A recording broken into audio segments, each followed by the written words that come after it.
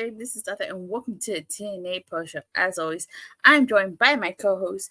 He is the fifth Rascal himself, the one and only Burt Maclin.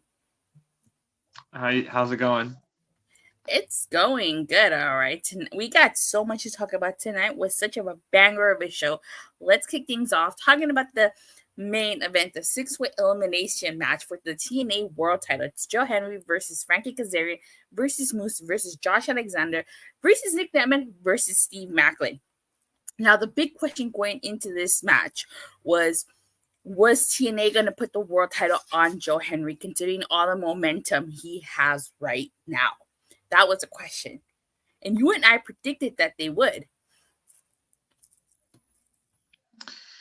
Yeah. I couldn't believe what happened in this match. Same. First off, it started out with Moose getting eliminated so quickly. And spoiler alert, my prediction came true, I think. And especially now, I think Alisha should be the new leader of the system since she's the only one that has gold. But for Moose getting eliminated first, I don't know what's more shocking, that or Josh Alexander turning heel and low blowing Joe Hendry and eliminating him. Wild stuff in this match. And then from there, I honestly thought, and I think a lot of people did as well, that Kazarian would probably win. And then for Nic Nemeth to do it, I was very surprised. So, a couple of things. Number one, I really how everyone in this match got moments to shine. You know, you had Josh German suplexing everybody. You had Moose taking out everybody. You had Maclin taking out everybody. Everybody got a moment, you know? Uh-huh. I like how in the opening, like, everybody went after Moose, and then they went after Kaz. That was hilarious. I was surprised that Steve Maclin was the first one eliminated. I was like, what? Really? Steve Maclin? But Moose stole Steve Maclin's finish, his pin. Like, Steve Maclin hit the crosshairs to Kaz. Had it not been for Moose, Steve Maclin would have eliminated Kaz here. But, you know, Moose does have a habit of stealing people's moments. Let's see, Joseph says, fans are hoping that they would do an audible because Joe Hendry has been hot in NXT in the months since the last set of tapings were done leading to tonight. Steve Maclin was an American break and he gave the finger to Moose as he was eliminated. Oh, it was to Moose? I thought it was to the crowd because they were chanting na na na na na na na na na na goodbye. So getting to Moose being eliminated. When Joe Hendry eliminated Moose, I was like, holy shit, we're getting a new world champion. I was not expecting Josh Alexander to go low. He basically turned heel and gave Joe Hendry a low blow. And honestly, thinking about it makes sense because when you think about it, they were in Canada. Josh Alexander is from Canada, yet the entire country was behind Joe Hendry. They were rooting for Joe Hendry. And it seems like Josh, you could do a whole story with Josh and Joe Hendry. Josh being jealous of Joe Hendry taking the momentum from him and being the star of TNA when Josh Alexander has been the heart and soul. I mean, he even shouted that to Joe Hendry tonight, that he's the heart and soul of TNA. I also think Ray Walt nailed it, just in like a typical old-fashioned heel turn when he said that everything that Josh has done to try to gain the world championship that he never lost hasn't worked up until now. So a heel turn was justified. Exactly. And in terms of Steve Maclin going out first, I just think it's because there was more storyline with the rest of the five with each other. And Steve Maclin really, I don't know, it didn't really feel like he was a part of all the storylines that everybody else had with each other. So I think him getting out first, just kind of, that way then the dominoes could fall for who eliminated who. I mean, I mentioned this in the post show. Everybody had an intertwining rivalry here. But I do agree, Maclin was kind of the least one that was intertwined. Yeah, he feuded with Nic Nemeth. But his last story was against Mike Santana. you know? So yeah, that makes sense. I was not expecting Nic Nemeth to eliminate Josh Alexander so quickly. I kind of thought, oh, okay, maybe Josh is going to win this, and then we're going to do Hendry versus Josh leading up to Bound for Glory. But that's not the case here. You know, a spot earlier in the match, Nic Nemeth took out Frankie Kazarian on the table, and it was just the two of them at the end, and Nic Nemeth was victorious after he hit the super kick in the danger zone to Frankie Kazarian. Nic Nemeth celebrating with his brother, PCO, SCL, and ABC. Oh, and Jordynne Grace. So. Well, yeah, I don't think it had to be Nemeth that eliminated Josh, just because I do think that was a full heel turn from Josh. So it wasn't going to be Kazarian eliminating him. So at that point, I think now that more that I think about it, I think it was pretty much a conclusion that, well, no, not because Kazarian, could have been eliminated by Nemeth, you know what I mean, and then Josh beat Nemeth. But no, I think that Nemeth was going to be the one eliminating him at that point. Not, you know what I mean? He was the only face left in the match. Yeah. So I'm curious to see where we go from this. Would they do Nic Nemeth versus Joe Hendry, or would they give Nic Nemeth kind of a short run and have him drop the title to somebody else? I honestly think now it will probably be Kazarian would be maybe the eventual one that beats Nemeth for the title, and then obviously you could have Joe Hendry beat Kazarian. But at this point, I don't know Joe Hendry's direction.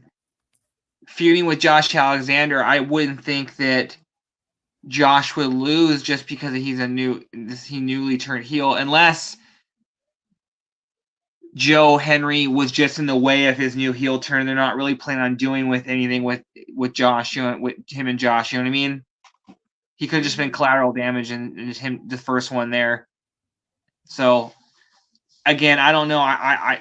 You could argue that Joe could still win it in a one-on-one match, and how he gets there. It's however they do that, it remains to be seen.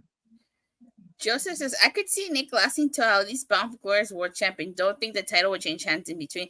Who knows at this point? Because I mean, it would be foolish to not give the belt to Joe Hendry while he's so massively over. So I don't know. I don't know if I could see Nick holding the title till Bound for Glory. If they bring back Bound for Glory, the tournament, and have Joe Hendry win that, you know what I mean? That gives him a lot of momentum again. And I think he would I keep saying they have to have him win it. He would really have to win it then. Yeah, I agree. But I don't think Nemeth's title reign is going to be long at all. Yeah, especially because we just had a 6 month, almost 6 month title reign with Moose. Yeah, as well as Ali. Ali had a pretty long reign too. Yeah. So we'll see. We'll see where they go. All right.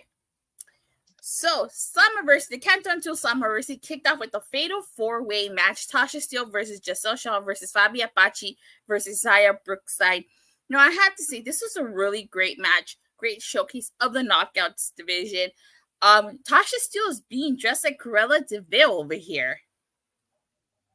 I didn't notice that. That's really cool. Yeah. Faby Apache is a great talent. We haven't seen much of her. I think the last time we saw her, she lost to Deonna Purrazzo.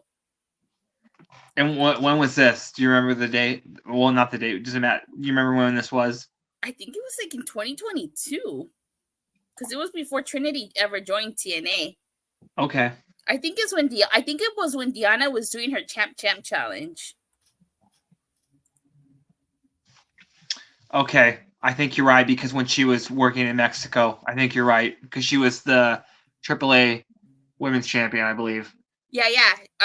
Deonna defeated Faby Apache for the Tipe A Reina de Reinas title. So okay. Yeah. Tasha Steelz stealing this victory from Gisele Shaw. So, but great. But you know what? Tasha Steelz needed this win after her back-to-back losses. She needed this win. I like that the two people I thought needed to be elevated more were both involved in the finish. So I wanted either of them to win. I think I picked Tasha to win, but I would have been fine with Gisele winning as well. Yeah, I would have been. I'm not mad that Tasha Steelz won. You know, I wanted Gisele to win, but hey, it's understandable. Tasha Steelz yeah, needed to win too. A friend of mine fatal 4-way to get Gisele in front of that crowd. I think Gisele and Tasha may have feud. Can't believe Zaya didn't win. You know, Zaya's still new in TNA and she still has a lot of time. You know what I mean? Mm-hmm. She's gonna have a big 2025. Definitely. All right, we get an AJ Francis interview, and he's talking about how he has a hired gun, Josh Bishop. And Sami Callihan interrupts and basically says that Sami says that he's going to be watching AJ's match tonight. So a little interesting segment right there. Especially how it paid off later. Yeah, definitely. We'll get more into that later. All right, we get Rich Swann versus Kushida. Now, originally, this was supposed to be Jonathan Gresham versus Kushida, but because of the power outage affecting everybody, Jonathan Gresham was not able to make it, so it became Rich Swann versus Kushida. Kushida paid homage to Hakushi. I think is that how you say it? Hakushi? I'm not sure. With the kanji on his body and stuff, but I thought this was a pretty decent match. I know it was a totally last minute match, but I thought this was a great match. You know, that hoverboard lock from off the top rope, that was pretty cool. But Kushida that was really rad. Mm-hmm. That was rad. What a finish to this match. Yeah, I agree. Io says, oh, that's not Io. Hold on. Where'd he go? Io says, cheers to TNA, largest attendance in over 10 years. I don't have alcohol, but I have water, so cheers to TNA. To TNA. Yeah, the crowd was great tonight, and they were hot all night, so. For the most part, they were. We'll talk about the match that they weren't hot for. We get Ash by Elegance interview, and this is, well, I wouldn't call this an interview per se. This is pretty much Iceman telling Gia Miller how to introduce Ash by Elegance. Didn't he call her Mia Jiller? I think so. I kind of laughed at that, and then when he started doing his announcing, she had like a smile on his face because I was laughing the whole time after that. I couldn't take it seriously, but in a good way. That was really funny. It was a fun match. Saw reaction online. People were wanting an NXT talent in this match because Kushida and Rich did a good job not knowing they will meet each other to the day of, right? So next we get the Knockouts Tag Team title match. It's the Militia versus Spitfire. I thought this was a fun match too. You know, let's see, Iceman is killing it as Ash Concierge. Yeah, he is. I thought this was a fun match. There was a part of me that was like, oh my god, the Militia is going to lose. Nope, but they retain. I have to say, did you notice the Spitfire paying homage to the Heart Foundation with that heart attack? Yes, I did. That was awesome. It was. Yeah, this was a really fun match. The finish was awesome, again, and I'm glad that they won, just because it's going to set up some very interesting segments, with Alisha being the only one having gold. Oh, definitely. And it's, as we're going to notice, the entire system was dressed in USA colors. Oh, yeah, that's right. Which wasn't the only, there was a lot of good gear on the show tonight. Oh, there was. All right, so then we get Santino Marella coming out, and he makes the last minute match. It's TNA original Eric Young versus the returning Alex Hammerstone. Now, we haven't seen Hammerstone since he got a concussion back at Rebellion, way back in April. I was surprised that Eric Young won this match, considering the fact that this is Hammerstone's return. I kind of thought Hammerstone was going to destroy Eric Young, and what a way to get him heat right away by having him destroy Eric Young in his home country of Canada. Eric Young was victorious here, and then at the end, he's pretty much saying this is TNA, this is Slammiversary, that none of this would be possible without the fans. So nice little promo, nice little victory for Eric Young. But what are your thoughts on Hammerstone returning? Well, I would have liked Hammerstone to win. Same. I don't think it necessarily hurts him just because it was like a quick little roll up. But still, I would have liked Hammerstone to win. I don't think Eric Young needed to win. But he is from Canada, so. Yeah, but you could have still turned Hammerstone into the big heel by having him destroy Eric Young in Canada. Yeah, you could have. So that was the end of Countdown to Slammiversary. Now let's get into the main show. So Slammiversary kicked off with Matt Hardy versus JDC. Remember, on the Go Home Show to Slammiversary, JDC, well, it's alleged that JDC attacked Reby Sky. Like, Matt Hardy had it out for JDC during this match. Like, he attacked him before the match. JDC coming out with the USA flag. Yeah, at one point, the ref tried to grab it from him, but he still managed to get the flagpole and hit Hardy with it. That's true, he did. Alex Hammerstone needed a W to gain momentum with Nick as TNA World Champion. It's done EY1. That's true. But Matt Hardy wins this with a twist of fate off the second turnbuckle. And at the end, he hits him with not one, not two. But actually, no, yeah, he does. He hits him with 2 twists of fate. So that's like a total with 3 twists of fates to JDC. But, you know, he wanted 1 twist of fate for Jeff, 1 twist of fate for Reby Sky. But what are your thoughts on this? This is a cool blow-off. Well, you would think it might be a blow-off match, this feud, but you never know. Yeah, this was fine. I didn't have a problem with it. Same. All right, we get a system promo / segment. They're all worried that USA's gear and stuff. Did they raid Consequences Creed's closet or something? What was that? Did they raid Consequences Creed's closet or something with the USA gear? That's so funny. But this leads into the tag team title match, ABC versus the System. And this was the beginning of the end for the System. So this was a fun, really fun match. I really like the fact that ABC came out in black and pink.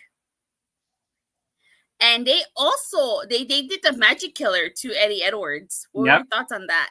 I really like that. You know, so a couple Bullet from the, made famous by some Bullet Club alum, Gallows and Anderson.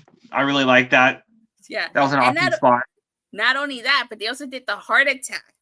Also paying homage to the Heart Foundation.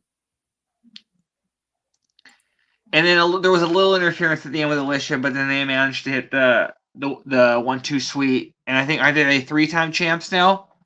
Hold on. Yeah, the Consequences Creed have too much leftover fabric. Dang, hang there. It must have been enough to fit the System. Yeah, because of Alisha Edwards, you can kind of blame Alisha Edwards here because Alisha Edwards got in the way. You know? Wow, I never thought of it like that. But yeah, maybe, you could. Technically, I mean, it was her fault because Chris Bay accidentally knocked her out. This allowed him to hit the double art of finesse. So, I mean, in a way, you can kind of blame her. It was her fault that they lost. ABC won. And to answer your question, yeah, they are 3-time champions now. Okay, let's put it up there with some pretty high, you know what I mean? Some pretty big names. Mm-hmm. ABC will go down in the top 10 TNA tag teams in history. I agree. So we get a Speedball Mike Bailey interview, and Homeboy starts speaking French in the middle of this interview. I don't know what the hell he said in French. Neither did I. But it sounded awesome. Yeah. So we get Jake something versus Mike Santana. This was a fun match. I like this. It was a hard-hitting match. Like, I mean, it took a lot for Santana to knock down Jake something, but I question, now that Mike Santana won this, where does Jake something go from here? I mean, I was kind of hoping they would go with what you said, that Diener comes out and he accidentally caused Jake something in this match, because I feel like Jake something's another one that a heel turn is coming for. Yeah, but at the same time, it doesn't seem to be. I keep asking that. It doesn't seem to be hurting him. Jake something's one of those guys they put anytime they're trying to build up a top contender. They're going to throw Jake something in there to get a hard hitting match like this out of the guy they want to win. So, while I want more for Jake something, time will tell. Yeah, I guess we gotta wait and see.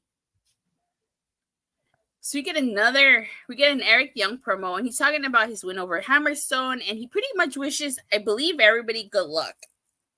That was in the main event. It's kind of odd that they did leave Eric Young off the Slammiversary card. Well, they managed to get him on, so it's, you know what I mean? Yeah, that actually is a last-minute match. So, give me a second.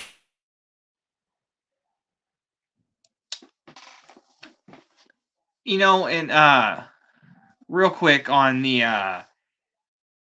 tag match and Io mentioning top 10. Yeah, that's some really high praise. You think of names like the Machine Guns, Beer Money, America's Most Wanted. That's really awesome in a short amount of time that they've already established themselves as the top team. Jeez. Yeah. And they were just randomly paired together. Yeah. So next, we get the Rascals, Smoke 'em if you got 'em, which I don't got 'em. They came out. I'm trying to remember what someone said. What was their gear paying homage to? Buzz Lightyear, people. Buzz Lightyear. Okay. Yeah, that was dope. This was a really fun match. Same. This was Des/Wesley's first time inside a TNA ring since he left back in 2020. And, I'm obviously a big Rascals fan, but I was really impressed by no quarter catch crew, especially Tavion Heights. He was really good in that match. I don't know much about no quarter catch crew. Obviously, as you know, I don't watch NXT on a weekly basis here. Mm-hmm. But I do agree. I was impressed by no quarter catch crew, and you're right. Tavion Heights, I think he hit his spots in this match. Yes. And Dempsey, Regal's son, just has such like really good ring presence, and just his facial expressions. You can tell that he's the son of a veteran. You know what I mean? He just knows what he's doing out there. Yeah. Give me 1 second. Just continue talking about this match. Yeah, and on the Rascals side, while Wesley's not there permanently, I really do hope that we get a few more matches with this full original Rascals, just because I just think that the chemistry was there still. Like, I don't know, they're such fan favorites. And I'm going to keep saying it. I know the roster's not that big, but I would love some sort of a trios champion, just because I think those matches are always fun. And I think that TNA, while again the roster's small, if you incorporate NXT somehow and the other promotions, there could be the size of roster, to have that division. Sorry, I'm back. But anywho, I like the ending of this match, the Hot Fire Flame to Tavion Heights by the Rascals, or MSK, I should say. Yeah, this was such a fun match. It was, I agree. So next we get an AJ Francis promo, and he's basically talking about how they first class attacked PCO, and he even showed footage of it. Here's the thing. When will AJ Francis learn you can't kill PCO? We're talking about a man that got battery acid poured down his throat, and he still came back to life. That's very true. And he's in love now. So Yeah, love conquers all. So this is into the Montreal street fight for both the digital media title and the international heavyweight title. AJ Francis versus PCO. This match was a lot better than I thought it was expecting to be. This match was very fun. It was very chaotic. There were so many crazy spots. Obviously, the one that probably sticks out is PCO getting like spiked on the back of those chairs that were like bent in this way, which looked so painful that I hurt watching it. In the end, PCO won, but this match was insane. My lower back hurt with that chair spot. Ooh. I could honestly, just because I think that AJ Francis was so over with that title, and I think PCO doesn't necessarily need a title, I could see this definitely being a quick reign and AJ Francis winning back the titles, making him a 2-time champion. PCO and AJ said follow that. AJ learned the hard way. PCO can't be cured, and the Frankenstein has found true love. He was a man determined. It was like he became human once Seth came into his life. That's true. Rhino, I think Sammy. Rich Swann's face when Rhino came back, he was like, "What?" I know, I didn't expect to see Rhino, but that was cool. It was. And Sami Callihan was out there too. It was just chaotic in every way you can think of. But PCO was victorious, and we find SCL came out, and she looked like Wednesday from the Addams Family, first of all.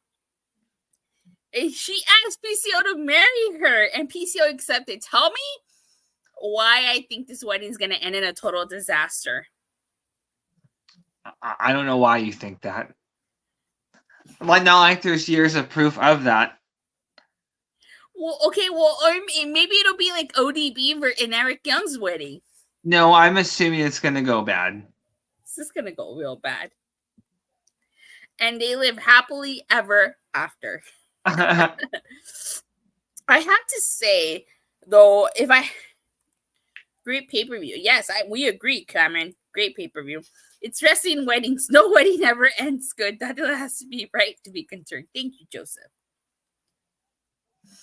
I have to say, my one complaint here, look, I'm not mad PCO won. I'm not mad at all. Great. He had a moment. Canada, great. What?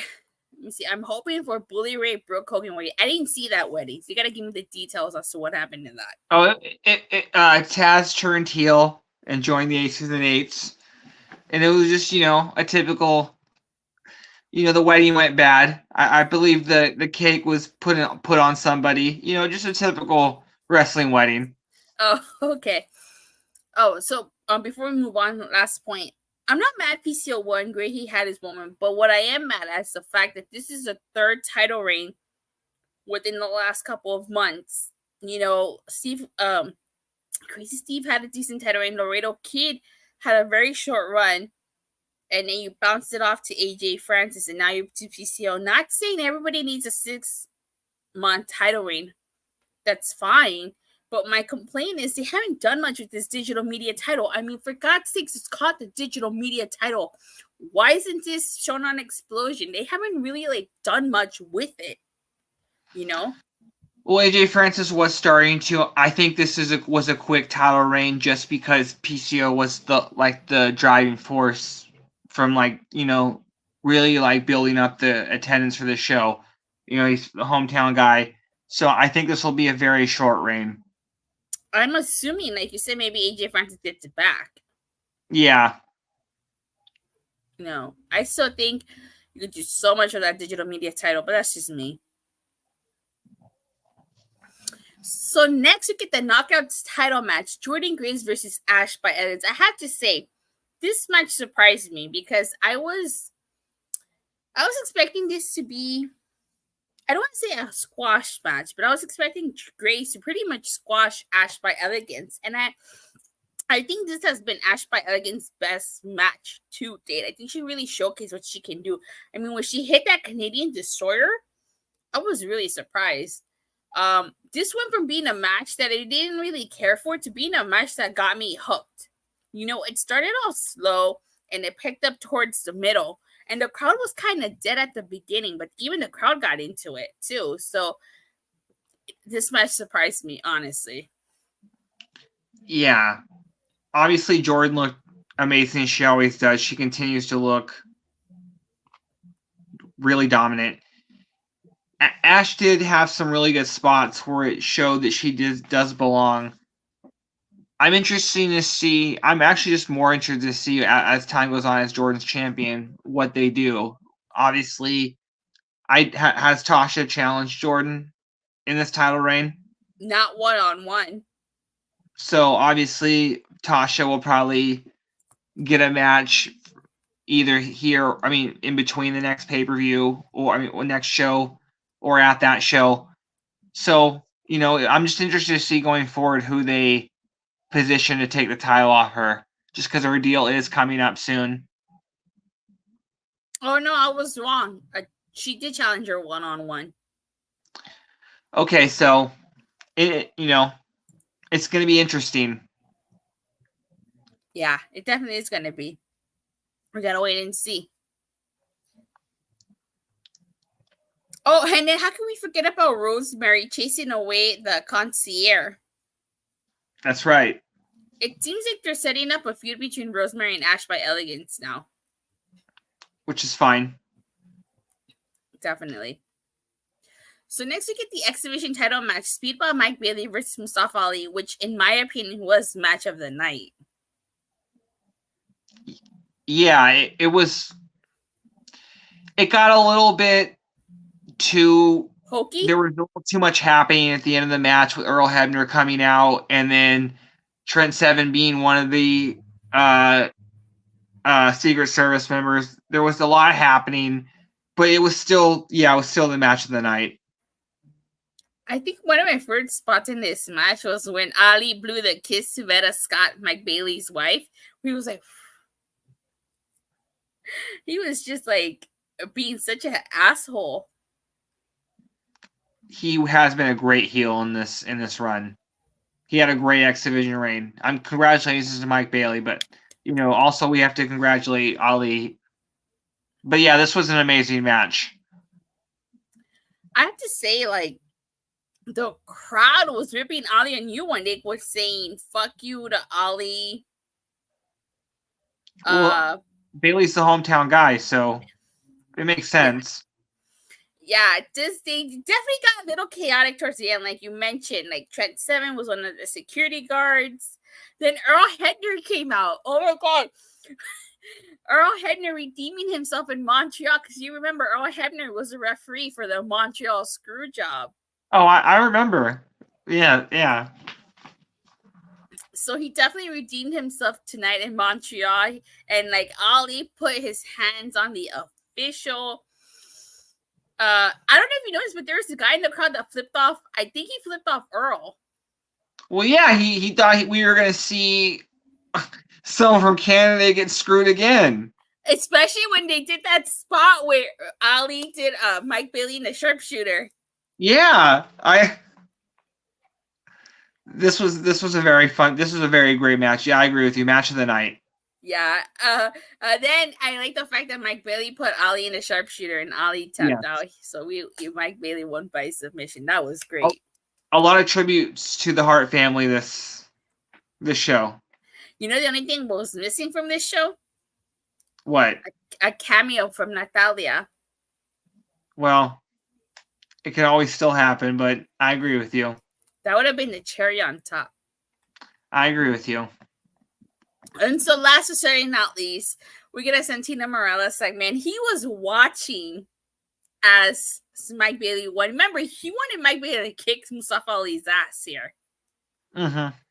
And we find out we're getting a mixed tag match. Eric Young and Jordynne Grace versus Alex Hammerstone and Ash by Elegance. That should be fun. Yeah, that should be fun. I didn't see that, but yeah, that should be fun.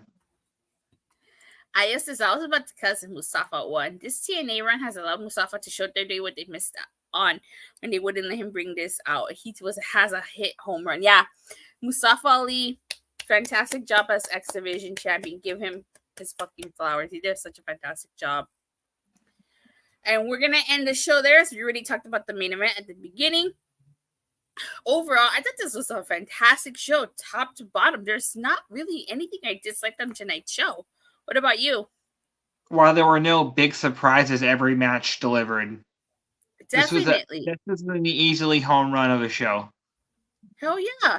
This was such a great show. And like you saw the capacity crowd, and stuff like that. This is just everything was fantastic. Yes. TNA knocked it out of the park. And I really hope people are now silenced that, oh, LOL TNA, who watches TNA? This should show you how great TNA is. All we can do is just keep supporting ourselves, and if they don't see that, screw them, I guess. But yeah, completely agree. Definitely. All right, Bert, you got any? Where can people find you as we get ready to sign off? Just on Exit Maclin 11. All right, and you can follow me on Twitter at @Attila_. I talk all things wrestling, WWE, AEW, TNA. And you can check me out on my YouTube channel, Rangers of Wrestling. I go live every Monday, Wednesday, Friday, the occasional Saturdays and Sundays. You guys all so much for watching and for the continued support. Please don't forget to like and subscribe. Make sure you hit that bell so you can notify whenever Body Slam goes live or whenever they release some new content. And we'll see you guys next week for the fallout of Slammiversary. Bye.